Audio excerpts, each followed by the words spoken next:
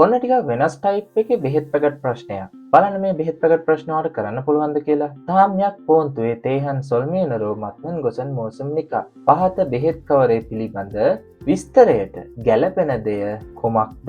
චොබන්චෝ චේයක් කියලා තියෙනවා. චොබන්චෝ චේයක් කියලා කියන්නේ කෙනෙක් වෙනුවෙන් විශේෂයෙන් හදන ඖෂධවලට වෛද්‍ය නිර්දේශයකින් සකස් කරන බෙහෙත්. ඊට පස්සේ මෙතන තියෙනවා චොබන්චොන් කියොබුබුනෝ කියලා. ඒ කියන්නේ මේ බෙහෙත් වට්ටෝරුව නිකුත් කළ අංකය. අංකය තමයි මෙතන මේ තියෙන්නේ. සොන්මියොන් කියලා කියන්නේ සම්පූර්ණ නම. එතකොට චෝජේ යක්ෂා කියලා කියන්නේ සැකසූ ඖෂධ වේදියා කියන එක. මං කිව්වේ මේක විශේෂයෙන් හදන බෙහෙතක් කියලා. එතකොට ඒක හදපු ඖෂධ වේදියා තමයි හොන්මියොන් සූ කියන කෙනා. ඊට පස්සේ මෙතන තියෙනවා චොබන්චොන් පල්හෙන් කික්ගන් කියලා. චොබන්චොන් පල්හෙන් කික්ගන් කියලා කියන්නේ බෙහෙත් වට්ටෝරුව නිකුත් කළ ආයතනය කියන එක. ආයතනය කන්දොන් පියොන් වොන්. ඊළඟට පල්ලෙහා තියෙනවා නායි. නායි කියන්නේ වයස. වයසයි අවුරුදු 30යි. ඊට පස්සේ මෙතන තියෙනවා සොන් පියොල් කියලා. සොන් පියොල් කියලා කියන්නේ ලිංගිකත්වය. ලිංගිකත්වය ඇවිල්ලා කවුද මෙයා? නම් කියන්නේ නම්ජ. නම්ජ කියලා කියන්නේ පිරිමි කෙනෙක්. එහෙනම් රෝගියා පිරිමි කෙනෙක්. ඊට පස්සේ මෙතන තියෙනවා චෝචේ ඉල්චා. සැකසූ දිනය. එහෙනම් සැකසූ දිනය තමයි මේ තියෙන්නේ. එතකොට ඊළඟට තියෙනවා යක්පුම් මියොන්. යක්පුම් මියොන් කියලා කියන්නේ බෙහෙත් ද්‍රව්‍යවල නම. මිත් කියන්නේ සහ යොන්රියන් කියලා කියන්නේ ප්‍රමාණය. ඊට පස්සේ මෙතන තියෙනවා පොක්යන් පොප්. පොක්යන් පොප් කියලා කියන්නේ භාවිතා කරන ආකාරය කියන්නේ බෙහෙත් ගන්න ඕන ආකාරය කියන අදහස. ඊට පස්සේ මෙන්න මේ මෙතන තියෙන තුන නම් ගොඩක් වැදගත් තුනක්. පුට පේනවා හොරයි. මම මේක දාන්නම්. මෙතන තියෙනවා ඉල්හේ. ඉල්ල කියන්නේ එක්වරක්. තුයෝරියන්. තුයෝරියන් කියලා කියන්නේ ලබා දිය යුතු ප්‍රමාණය.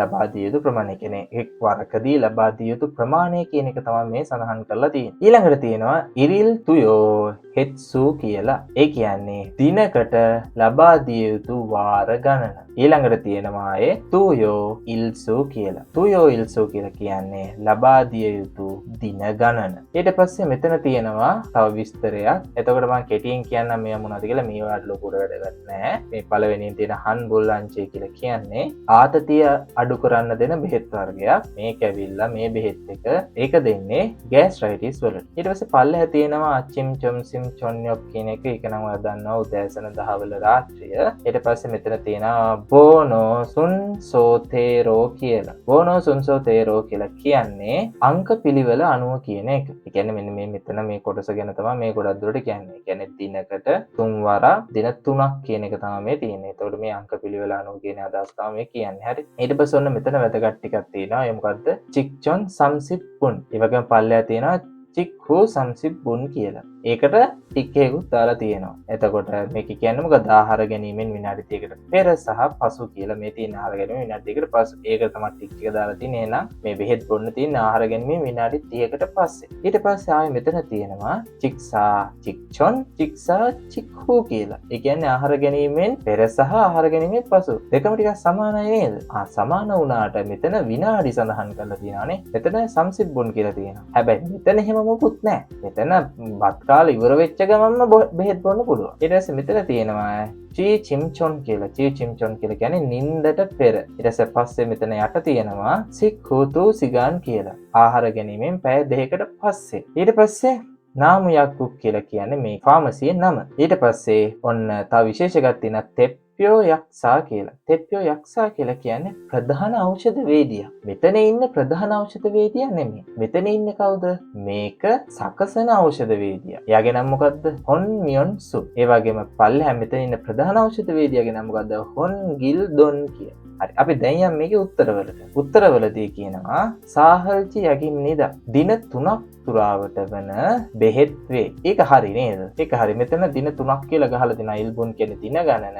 එතකොට දින 3යි. ඊට පස්සේ හරුවේ හන්බොන් පොක්යොන් හේ හම්නිදා දවසට එක්වරක් බෙහෙත් ගත යුතුයි. නෑනේ. දවසට 3 වරක් කියලා තියෙනවා නේ මේ. එතනක් තියෙනවා 3 වරක් කියලා. ඒ වගේම මෙන්න මෙතන සඳහන් කරලා තියෙනවා 3 වරක් කියලා. එහෙනම් මේ උත්තරේ වැරදි. යගල් මොක්නන් සරමන් හොන්මියන්සු නිදා. නෑ නේද? හොන්මියන්සු කියලා කියන්නේ කවුද?